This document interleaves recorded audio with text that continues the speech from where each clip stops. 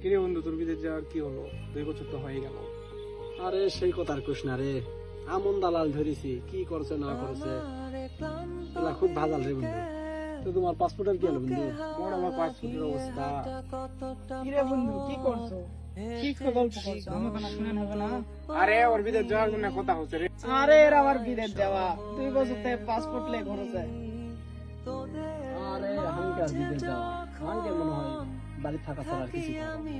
ঠিক আছে, আমাকে বিদেশ যাওয়া হবে না, বাড়িতে কিছু করা লাগবে।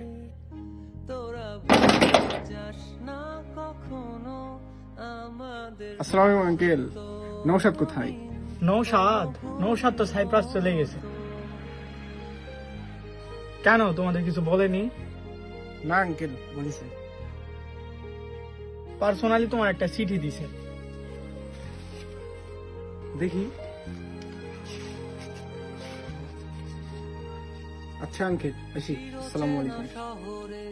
বন্ধু, এতক্ষণে হয়তো তুই হাতের চিঠিটা পেয়ে জেনে গেছিস যে আমি আর তোদের মাঝে নেই, কিন্তু তোদের সবাইকে বিদায় জানানোর আর সাহস হয়নি, কারণ আমি জানতাম যে তুই খেয়ালে আমার কামনা করবি।